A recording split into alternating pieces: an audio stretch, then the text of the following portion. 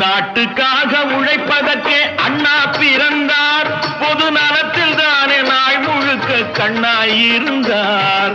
நாட்டுக்காக உழைப்பதற்கே அண்ணா பிறந்தார். பொது நலத்தில் தானே நாள் முழுக்க கண்ணாயிருந்தார். ஏற்றுக்கொண்ட பதவிக்கெல்லாம் பெருமையை தந்தார். தங்கினிய குடும்பம் ஒன்றுக்குத்தான் வறுமையை தந்தார்.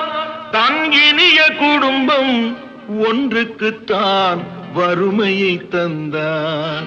தம்பி, நான் படித்தேன் காஞ்சியிலே நேற்று, அதை நான் உனக்கு சொல்லட்டுமா இன்று?